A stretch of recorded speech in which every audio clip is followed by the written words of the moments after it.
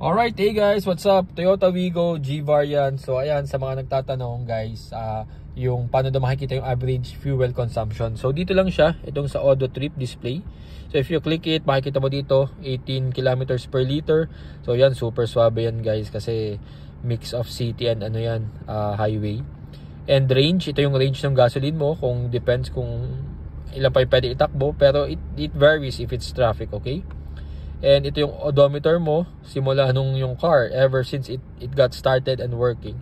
Meron kang A at saka B for your trips that you can set if gusto mong iset. And you have this CFC, kilometers per liter. So as you